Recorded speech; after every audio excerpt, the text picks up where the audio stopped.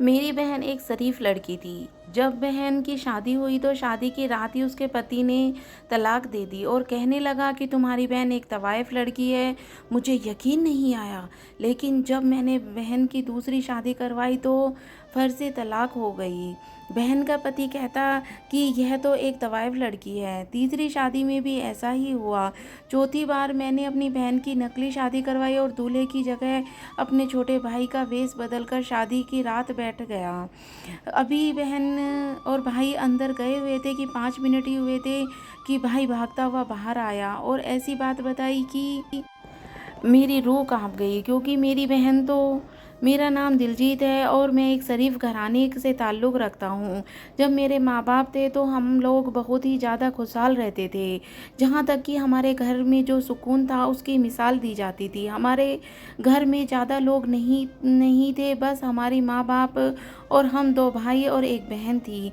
मेरी माँ-बाप हमें अच्छी पढ़ाई के साथ-साथ हम तीनों की अच्छी तरह से परवरिश करने की ज़िम्मेदारी ली। उनका ख़्याल यह था कि बच्चों की उनकी परवरिश बेहतरीन करनी चाहिए ताकि वह ज़माने में एक मिसाल बन सकें। यही वजह थी कि हम यूँ ही खुशहाली से ज़िंदगी गुजार रहे थे और हम सब भाई-बहन को हमारे माँ-बाप ने खूब पढ़ाया-लिखाया। लेकिन मेरी बहन ने कहा कि मैं और पढ़ना नहीं चाहती हूँ, तो मेरे माँ-बाप ने इसकी ख़्वाहिश को नज़र में रख कर उसे पढ़ाया इस तरह कि हम भी धीरे-धीरे बड़े हो गए थे कि एक दिन हमारी ज़िंदगी में बहुत बड़ा तूफ़ान आ गया। एक कार एक्सीडेंट में मेरी माँ-बाप एक साथ देहांत हो गई। हमारा हँसता-खेलता घर उजड़ गया। हम भाई-बहन बहुत मायूस हो गए। हमें समझ नहीं आ रहा था कि हम तीनों बहन-भाई अपनी ज़िंदगी में क्या करें। लेकिन फिर आहिस्ता-आहिस्ता हमने खुद को सँभाल लिया और हमारी ज़िंदगी सही रूटीन पर आ गई। हमें हमारे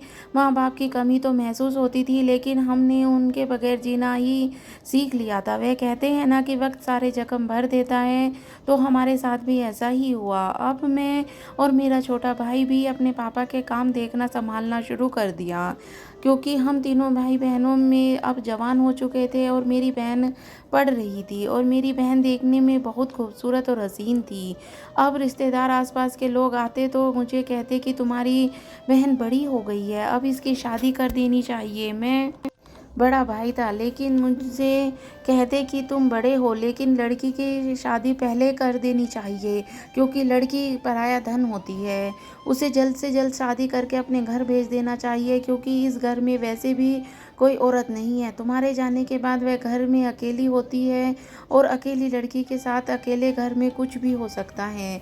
मैं लोगों की बात सुनकर सच में पड़ गया और यह लोग तो गलत नहीं कह रहे, सही कह रहे हैं। अब क्योंकि मैं ही अपनी बहन से बड़ा था तो मुझे अपनी बहन की मर्ज़ी जाननी थी। मैं अपनी बहन के पास गया और उससे पूछने लगा कि शादी के मामले में लेकर आखिर उसकी क्या मर्ज़ी है। तो उसने मुझे मना कर दिया और कहने लगी मैं अभी शादी नहीं करना चाहती। मैं तो अपनी मेरी बहन को समझाते हुए कहा कि लोग इस तरह की बातें कर रहे हैं। तुम घर में अकेली होती हो, इसीलिए इतने में वो कहने लगी उनका तो एक बेहतर हाल है मेरे पास कि आप ही शादी कर लीजिए। इस घर में भी भाभी आ जाएगी और मैं भी घर में अकेली नहीं रहूँगी और रिश्तेदार भी लोग भी बातें नहीं बनाएंगे। मैं अभी और पढ़ना चाहती हूँ। उसकी बात सुनकर मैं सोचने पर मजबूर हो गया। अगर मेरी बहन और ज़्यादा पढ़ना चाहती है तो इसमें मुझे कोई भी परेशानी नहीं थी। अगर लोगों का मुँह बंद करना था तो मेरी शादी ही बेहतर तरीका था कि लोग भी बातें नहीं करेंगे और मेरी बहन के भी अकेले में रहती है, क्योंकि मेरी बहन पढ़ना चाहती थी लेकिन मेरा ध्यान पढ़ाई की तरफ नहीं था। मैं अपने पापा का काम देख रहा था और अब मैं आगे भी नहीं पढ़ना सकता था। इसीलिए लोगों का मुँह बंद करने के लिए मैंने शादी करने का फ़ैसला लिया। मेरी बहन ने बहुत ही अच्छे से मेरी शादी की तैयारी की। अब मेरी शादी हो गई और मेरी पत्नी आई तो लोगों के मुँह खुद ब खुद बंद हो गए। अब मुझे यह भी नहीं कह सकते थे कि तुम्हारी बहन अकेली रहती है। लेकिन फिर भी कुछ लोगों के मुंह अभी भी बंद नहीं हुए थे। मुझे इस बात का ताना देते कि जवान बहन के आखिर कब तक घर पर बिठा कर रखना है, इसकी शादी करो और इसे अपना घर विदा कर दो। लेकिन मुझे उनकी बातों से फ़र्क नहीं पड़ता था। मेरे लिए मेरी बहन की खुशी बहुत ज़्यादा मायने रखती थी। जब वह मुझे बोलेगी मैं उसकी शादी कर दो तो भी मैं उसकी शादी कर दूंगा। इतना सब कुछ करने के बाद भी लोगों का मुंह बंद नहीं हुआ और लोग मुझे ताने देते रहे कि मैं अपनी बहन की शादी कर दूं। और मुझे समझ में नहीं आता कि लोग मेरी बहन के पीछे क्यों पड़े हुए हैं, मेरी बहन के साथ क्यों हो रहा है। लोगों की बहन बेटियां भी तो हैं। मेरी बहन ही अभी उम्र ही कितनी हुई है, अभी तो वो पढ़ाई कर रही है। एक दिन मेरी पत्नी मेरे पास आई और कहने लगी कि मुझे आपकी बहन कुछ अजीब लगती है, ऐसा लगता है आपकी बहन कुछ छुपा कर कुछ कर रही है। मैंने कहा तुम कैसी बातें कर रही हो, तुम्हारा दिमाग तो खराब नहीं हो गया। अपनी बहन पर इल्ज़ाम लगता देखकर मुझे बहुत ज़्यादा गुस्सा आ गया। मैं आज तक अपनी बहन के साथ हमेशा रहा हूँ। मैं खुद भी उसे ऐसी कोई हरकत करते नहीं देखा था कि जिसकी वजह से मैं उसे पर शक करता। मुझे अपनी बहन पर यकीन था, तभी उसकी खातिर एक सब लोगों ने लड़ने को खड़ा था। तभी मेरी पत्नी कहने लगी, क्या आपको मेरी किसी बात पर यकीन नहीं? मुझे आपकी बहन में कोई भी नफ़रत नहीं है। मैंने उसको अजीब सी हरकतें करते हुए देखा है। तो मैंने कहा कि आखिर तुमने ऐसी कौन सी हरकत करते हुए मेरी बहन को देखा जो तुम यह सब कुछ बोल रही हो? वह कहने लगी, क्या आपकी बहन रात को जागती है? उसकी बात सुनकर मैं हैरान हो गया। मैंने कहा कि बस रात को जागती है, इसी वजह से तुम मुझे यह कह रही हो कि मेरी बहन की हरकतें अजीब हैं? तुम क्या पागल हो गई हो? मेरी बहन पढ़ती है और रात को पढ़ने से ज़्यादा अच्छा वक्त कोई नहीं होता। तो वो कहने लगी, ठीक है, मैं आपकी बात मान लेती हूँ, लेकिन आपकी बहन बड़ी हो गई है, आपको उसकी शादी कर देनी चाहिए। अगर आप उससे पूछेंगे तो वह मना ही कर देगी, क्योंकि वह भी नादान है, उसे सही गलत का कोई फ़र्क नहीं पता। उसकी शादी के लिए सही उम्र है। उसकी बात मेरे दिल में लगी। हम लोगों ने सब लोगों के दुश्मनी मोल ली थी। वह सब लोग हमसे नाराज़ रहने लगे, हमसे डरने लगते थे। अब मेरी बहन के साथ जो कुछ भी हो सकता था, क्योंकि हमारे आसपास के रिश्तेदार लोग सही इंसान नहीं थे, वो दुश्मनी में आकर कुछ भी कर सकते थे। इसी वजह से मेरे दिमाग में काफ़ी वक्त सोच रहा था, लेकिन मुझे एहसास हो रहा था कि मुझे अपनी बहन की शादी कर देनी चाहिए। इसीलिए मैंने अपनी बहन से कहा कि तुम्हारी शादी करना चाहता हूँ और मुझे उम्मीद है कि इस बार तुम मेरी बात का मान रखोगी। मेरी बात पर मेरी बहन ने कुछ भी नहीं बोला और कहने लगी कि जैसा आपको ठीक लगे।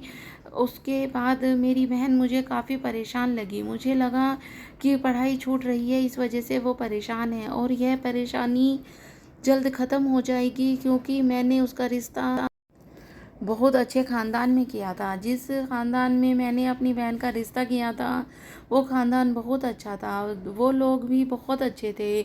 उन्हें भी अपने बेटे के लिए एक अच्छी लड़की चाहिए थी, जो कि मेरी बहन इस लायक भी थी। उसने इतनी पढ़ाई की थी, लेकिन कभी किसी लड़के से दोस्ती नहीं की थी। लेकिन जब मैं उसकी शादी की तो उसके पति ने शादी की पहली रात ही उसे तलाक दे दिया और उसने वजह बताई कि यह एक तवायफ है, बदकिरदार लड़की है। मुझे यकीन नहीं हुआ और मेरी इस लड़के से लड़ाई हो गई। मेरा दिल चाहता था कि मैं उस पर कैसे यकीन करूं, जिससे एक दिन के अंदर ही अंदर मेरी बहन का तलाक दे दी। अब तो लोगों को मौका मिल गया कि हमारे घर की इज्जत उछालने का।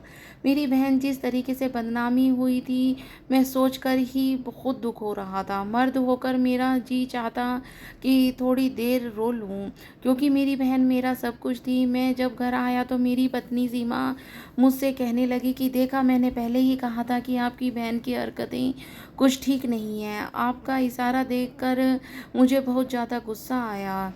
दिल क्या उसके एक थप्पड़ लगा दूँ, पहले ही दिमाग बहुत ज़्यादा परेशान था। फिर मैंने अपनी बहन के पास गया और उससे पूछा आखिर सारा माजरा क्या है। तो वो कहने लगी मुझे इस बारे में कुछ नहीं पता।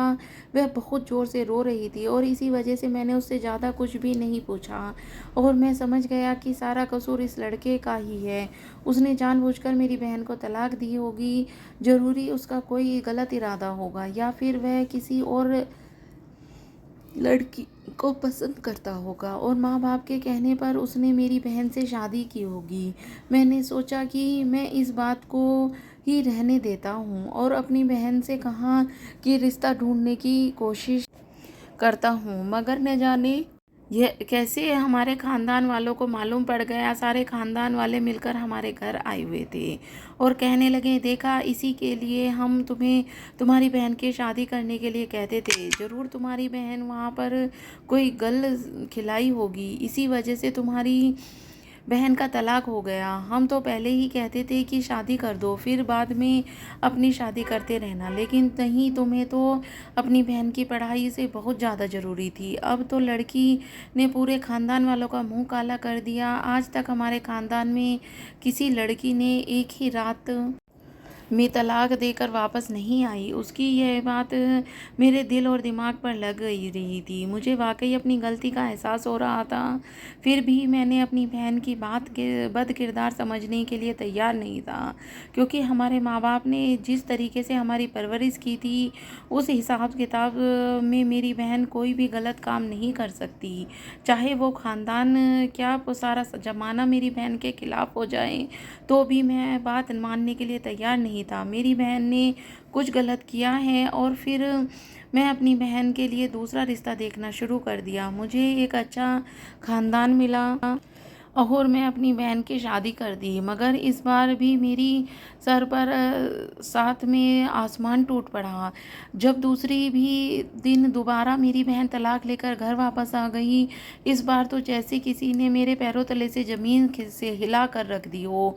मगर इस बार मैंने किसी से कोई बात नहीं की, बल्कि अपनी बहन के लिए दोबारा रिश्ता ढूंढना शुरू कर दिया। तीसरी बार जब मैं अपनी बहन का शादी की तभी वो तलाक लेकर वापस आ गई और इस बार मुझे दाल में कुछ काला ज़रूर लगा। मैंने अपनी बहन को भले ही बद किरदार नहीं समझ रहा था, मगर मैं इस पहेली को भी सुलझाना चाहता था।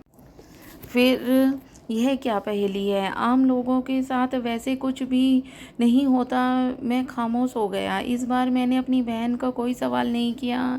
हमारे रिश्तेदार घर आना छोड़ दिया था और हम लोग कहने लगे कि तुम्हारी बहन का किरदार में कोई झोल है, तभी उसके साथ ऐसा होता है। वो लोग का मन था कि अगर हम तुम्हारे घर पर आने जाने लगे तो फिर हमारी बहू बेटियों पर भी लोग सवाल उठाएंगे। उसके लिए कोई रिश्ता नहीं आएगा, तुम्हारी बहन को तो कोई ना कोई मिल ही जाएगा, मगर हम अपनी बेटियों पर ऐसी ही कोई बात बर्दाश्त नहीं करेंगे। उनकी बातें मुझ पर परेशान कर रही थी, पर फिर भी मैंने प्लान बनाया पता करने के लिए कि आखिर यह सारा माजरा क्या है। मैंने अपने छोटे भाई को बुलाया और उसे काम के सिलसिले में विदेश गया हुआ था।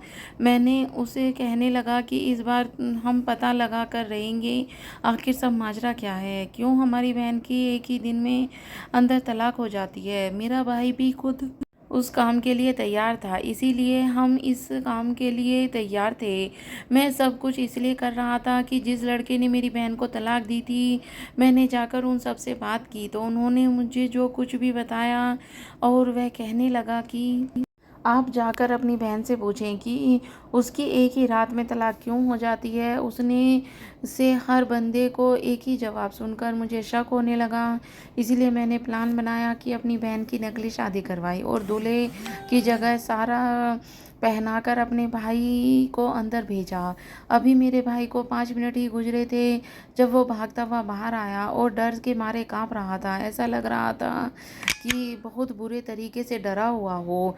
मैं भी अपने भाई से कुछ पूछने ही वाला था कि अंदर क्या मामला हुआ है, तभी मेरी बहन अपने कमरे से निकल कर आई और कहने लगी, आप यह क्या कर रहे हैं और विक्रम मेरे कमरे में सेहरा बांध कर क्यों आया था।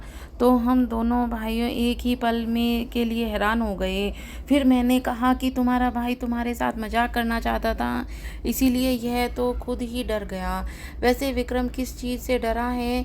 मैंने अपनी बहन का सवाल किया तो वह अनजान बन गई और कहने लगी कि विक्रम क्यों डर गया, मुझे इस बारे में कोई खबर नहीं।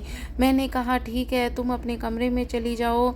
जब वो अपने कमरे में गई तो मैं भी अपने भाई को लेकर एक तरफ गया। मैंने अपनी पत्नी भी पीछे पीछे आ गई और हम उससे पूछने लगे कि आखिर अंदर क्या हुआ। तो वह कहने लगा कि हमारी बहन मुंह से मर्दाना आवाज़ आ रही थी और वह कह रही थी कि वह मुझे जान से मार देगी। उसका पहले भी किसी लड़के के साथ चक्कर चल रहा है। अगर मैं अभी इस वक्त उसे तलाक नहीं दिया तो वह मुझे जान से मार देगी। मैंने कहा यह कैसे हो सकता है, मेरी बहन ने मुंह से मर्दाना आवाज़ कैसे निकल सकती है। तो वह कहने लगा कि इसमें हैरान होने वाली कोई बात नहीं है, हमारी बहन शादी नहीं करना चाहती थी। इन सारी तरकीबों से पीछे हमारी बहन का एक ही हाथ है, उसे मर्दाना आवाज़ निकाल कर अपने पति को तलाक देने पे मजबूर किया है। उसकी बात मेरे दिल को लग गई और मैं शर्मिंदा भी हो गया। मेरी बहन सिर्फ इस वजह से तलाक लेकर वापस आ जाती थी कि वह शादी नहीं करना चाहती थी। उसने एक बार फिर भी हमारी इज्जत को नहीं सोचा, उसने हमारे भरोसे का मजाक बना कर रख दिया। मेरे लिए यह बहुत ज़्यादा दुख की बात थी। मैंने कभी अपनी बहन को इस बात के लिए कोई उम्मीद नहीं रखी थी कि वह ऐसा भी कुछ करेगी, इसलिए मैंने अपनी बहन के मुकल्लम तौर पर बात करना बंद कर दिया। अहूर अपनी पत्नी से कहा कि जाओ जाकर उसे बता दो कि यह नकली शादी थी और अब हम उसके सच के बारे में पता चल चुका है। मैं बहुत ही दुखी था, वहाँ से चला गया क्योंकि मैं समझ गया था कि सब कुछ मेरी बहन नहीं जानबूझकर किया है, लेकिन उसके पीछे भी कोई बड़ी वजह होगी। उस बात का फ़िलहाल मैं अनजान था। कुछ दिन यूं ही गुजर गए, मैंने अपनी बहन की बात तक नहीं की। मेरी बहन कई बार मुझसे बात करने की कोशिश करती, ऐसा लग रहा था जैसे वो मुझसे कुछ बताने की कोशिश कर रही है, लेकिन मैं उसके मुंह से कुछ भी सुनना नहीं चाहता था। अगर उसे मुझसे कुछ बात करनी थी तो बता दिया होता, लेकिन तीन तीन शादियां तोड़वा कर हमारी इज्जत क्यों उछाल दी उसने। सारे खानदान के सामने मुझे खुद को बदनाम करवा दिया। मैंने उसके लिए कितना कुछ नहीं किया। और फिर एक दिन मेरी पत्नी ने कहा कि मुझे हमारे घर में कुछ बदलाव महसूस हो रहा है। इस बार मैंने अपनी पत्नी से बात पर यकीन किया और पूछने लगा कि ऐसा कौन सा बदलाव महसूस हो रहा है। तो कहने लगी, रोज़ एक लड़का घर के बाहर आकर बैठ जाता है और बहुत देर तक हमारे घर के सामने ही इधर उधर घूमता रहता है। जब तक आपकी बहन घर के बाहर जाकर उस लड़के से कुछ बात नहीं करती तब तक मैं यहाँ से नहीं जाता। मुझे ऐसा लग रहा है कि दाल में कुछ काला है। एक लड़का आकर मेरी बहन से बात करता है। यह सुनकर मुझे बहुत ज़्यादा गुस्सा आया। मैंने कहा कि क्या तुमने पहले कभी इस लड़के को देखा है हमारी शादी में, या फिर अभी तक मेरे आगे पीछे आया है। तो वो कहने लगी, नहीं, ऐसा कोई लड़का नहीं है, बल्कि वो कोई अजनबी इंसान है। अगर कोई अपना होता तो उससे घर में बुला लेती। मैंने कहा ठीक है, कल को मैं दुकान पर नहीं जाऊंगा। जैसे ही वह लड़का मेरे घर में बाहर आए तो मुझे एक बार बता देना, फिर उसे लड़के को ही मैं अच्छे से देख लूँगा और उसके राज को भी जान लूँगा। आखिर वो कौन है और हमारे घर के बाहर क्यों बैठा रहता है, और सबसे पहले मेरी बहन को कैसे जानता है। अगले दिन जैसे ही वो लड़का आया, मेरी पत्नी ने मुझे इशारा किया तो मैं जल्दी से उस लड़के को पकड़कर घर के अंदर ले आया ताकि बाहर गली में कोई तमाशा ना बने और हमारी इज्जत का जनाजा ना निकले। और वैसे भी पहले ही निकल चुका है। जब हम उस लड़के को अंदर लेकर आए तो बहुत ज़्यादा घबरा गया। उसे शायद उम्मीद नहीं थी कि हम बस इतनी जल्दी पकड़ लेंगे। जैसे ही घर में शोर शराबा हुआ, मेरी बहन भी कमरे से निकलकर बाहर आ गई, मगर जैसे ही उसने देखा कि हमने लड़के को पकड़ लिया है तो उसके चेहरे का रंग उड़ गया और उसके बदलते रंग को देखकर मुझे बहुत ज़्यादा गुस्सा आया। पहले तो मैंने अपनी बहन से कोई सवाल नहीं किया था, लेकिन अब मैं सारा सच जान कर रहूँगा, क्योंकि पहले मुझे लगा था कि उसने यह सारी शादियाँ इसीलिए तोड़ी हैं क्योंकि मैं उसकी शादी अपनी मर्जी से कर रहा था। मगर अब उसे लड़के को देखने के बाद ऐसा लग रहा है जैसे मामला कुछ और ही है। और अगर यह वाकई इश्क का मामला है तो मुझसे ज़्यादा बुरा कोई नहीं होगा, क्योंकि मैं हर बार उसकी मर्जी पूछता तो वह हर बार मुझसे मना कर देती और कहती कि मुझे कोई लड़का पसंद नहीं है, आप जहाँ कहोगे जैसा कहोगे मैं शादी कर लूँगी। आज पहली बार मैंने उस एक बहन को गुस्से में सवाल किया कि यह लड़का कौन है और तुम उसको कैसे जानती हो। मेरी बात सुनकर मेरी बहन रोने लगी और कहने लगी उसको नहीं जानती। बस इतना बोलकर मेरी बहन और ज़्यादा रोने लगी। लेकिन इस बार मुझे अपनी बहन का कहा बस करो और बहुत ज़्यादा गुस्से में डाल रहा था। मैं उससे पर गुस्सा करने लगा और इतने में लड़का बोलने लगा और कहने लगा कि सच तो मैं मुझे नहीं जानती, उसने उसकी कोई गलती नहीं है। उसकी बात सुनकर मुझे हैरत हुई। मैंने कहा कि अगर मेरी बहन तुम्हें नहीं जानती तो फिर क्यों तुम्हारे घर में बाहर घूमते रहते हो और मेरी बहन से बात करने के बाद वापस जाते हो। तो कहने लगा कि आपकी बहन की शादी के लिए मनाने की कोशिश करता हूँ। उसके बाद सुनकर मुझे बहुत ज़्यादा गुस्सा आया। मैंने कहा तुम हो कौन, हम तुम्हारी हिम्मत कैसे हुई हमारी बहन के बारे में सोच रखने की। तो वो कहने लगा कि मैं सब कुछ अपनी माँ के कहने पे कर रहा हूँ और वैसे भी आपकी बहन बहुत अच्छी है और मुझे पसंद भी है। उसकी 3 तलाक के बारे में भी जानता हूँ, लेकिन उसके बावजूद मैं भी मुझे कोई ऐतराज़ नहीं है। मुझे उसकी बात सुनकर बहुत ज़्यादा हैरत हुई। अगर वह सब कुछ अपने माँ के कहने पे कर रहा था तो उसकी माँ कौन थी और अपने बेटे को यह सब करने के लिए क्यों कह रही थी। मैंने पूछा तुम्हारी माँ कौन है और वह मेरी बहन को कैसे जानती है। तो उसने बोला मेरी माँ वही है जिसने आपकी बहन को पढ़ाया था, आपकी बहन की टीचर है। मैं हैरत से अपनी बहन की तरफ देखा, आखिर माजरा क्या है। शायद उसके बारे में मेरी बहन को भी खबर हो गई हो। मैंने कहा तुम दोनों मुझे बताओ आखिर यह सब कुछ चल क्या रहा है। तो मेरी बहन बोलने लगी भाई मैं आपको पहले ही सच बताना चाहती थी, लेकिन इतना मौका ही नहीं मिला और मुझे आप मुझसे नाराज़ भी हो गए और बात भी नहीं करते थे। शायद मैं सारा सच आपको कभी नहीं बता पाती, मगर यह मुझे इस बार का एहसास नहीं दिलाता कि अब सारा सच बताना ही सही हो गए। कौन सी सच बात है मुझे कुछ समझ नहीं आ रहा था। तो मैं दोबारा बोलने लगी और कहा भाई आपको याद है जब माँ और पापा ज़िंदा थे तो मेरे बहुत बड़ा एक्सीडेंट हुआ था, उसकी याद दिल करवाने पर मुझे भी याद आया कि हाँ सच में मेरी बहन का बहुत ही बड़ा एक्सीडेंट हुआ था जिसने उसकी जान जाते जाते बची थी। मैंने कहा हाँ मगर एक्सीडेंट का यहाँ क्या जिक्र है। तो मेरी बात पर वह कहने लगी एक्सीडेंट की वजह से मेरी सारी ज़िंदगी बर्बाद हुई है, मुझे उसकी कोई बात समझ नहीं आ रही। मैंने कहा साफ साफ लफ्ज़ों में बताओ कि आखिर तुम कहना क्या चाहती हो। तो वह कहने लगी उस एक्सीडेंट के अंदर मुझे माँ बनने की सलाहट ख़त्म हो गई थी।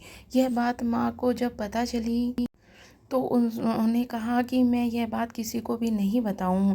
फिर शायद माँ ज़माने से कैसे डर रही थी कि अगर लोगों को यह बात पता चली तो कोई भी मुझसे शादी नहीं करेगा। मैंने माँ से कहा अगर यह बात किसी को नहीं बताऊंगी तो यह सब कुछ तो झूठ होगा। मैंने माँ से कहा कि झूठ को छुपाने वाला भी गुनहगार होता है। उन्होंने कहा कि झूठ किसी के भले के लिए बोला जा रहा है तो झूठ झूठ नहीं कहलाता। माँ का ये देहांत के बाद मुझे यह बात और ज़्यादा सताने लगी और मुझे इस बात का डर लगता। इसीलिए मैंने अपनी टीचर को यह बात, तो मेरी टीचर ने नहीं मुझे कहा कि भले तुम बाकी लोगों के से यह बात छुपा लो लेकिन उसे इंसान को ज़रूर मालूम होनी चाहिए जिससे तुम शादी करोगी। मुझे और टीचर को यह बात एकदम सही लगी, इसीलिए मैं बेफिक्र हो गई। उस दिन टीचर ने मुझसे वादा लिया कि आज के बाद यह बात किसी को भी नहीं बताऊंगी। और जब आप मुझसे शादी के बारे में पूछा तो मुझे यही ध्यान था कि जो औरत माँ नहीं बन सकती उसे भला कोई कैसे अपनाएगा, उससे भला कोई शादी क्यों करेगा। मैंने उस वक़्त शादी के लिए मना कर दिया, लेकिन दोबारा आपके पूछने पर आपका मन रखने के लिए शादी के लिए हामी भी भर दी। मगर मुझे समझ नहीं आ रहा था कि सारी बात अपने होने वाले पति को कैसे बताऊँ, क्योंकि मुझे उसका पता ही नहीं मालूम था। तो कि वो कौन है और कहाँ रहता है, तो उसे भी कैसे बता सकती थी। मैं ये बात आपके ज़रिए भी नहीं भेजना चाहती थी, क्योंकि मैंने वादा किया था, यह बात अपने पति के सिवा और किसी को नहीं बताऊँगी।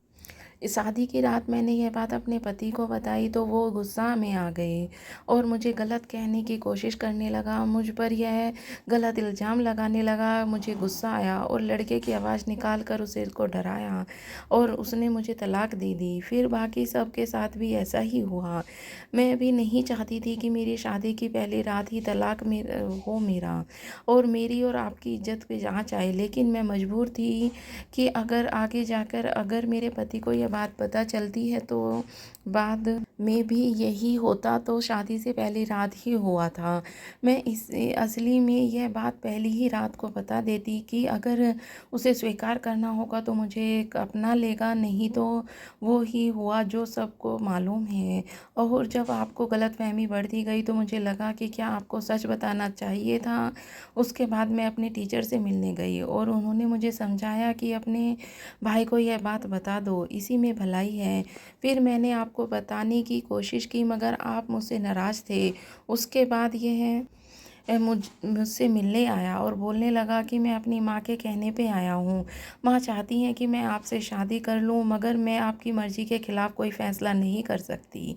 इसीलिए उसको हमेशा ये यहाँ से भेज देती, मगर आज आपको सब पता चल गया। इतना कहकर मेरी बहन शर्मिंदगी से मुँह झुकाए हुए खड़ी थी। उसके बाद सुनकर मुझे खामोश हो गया और मैंने उसी वक़्त फ़ैसला लिया कि मैं अपनी बहन की शादी उससे कराऊँगा। ज़िंदगी में आपको करीबी रिश्तेदारों को ज़रूर मौका दें, जिससे बेहतर आपके लिए और कोई फ़ैसला नहीं कर सकते और कोई आपका साथ दे ना दे नहीं दे सकता, जिस तरह आपके करीबी रिश्तेदार दे सकते हैं। दोस्तों, आपको ये हमारी कहानी कैसी लगी, हमें कमेंट करके ज़रूर बताना। मैं ऐसी ही अच्छी-अच्छी कहानियाँ आपके लिए लाती रहूँगी। पूरी कहानी सुनने के लिए आपका बहुत-बहुत धन्यवाद।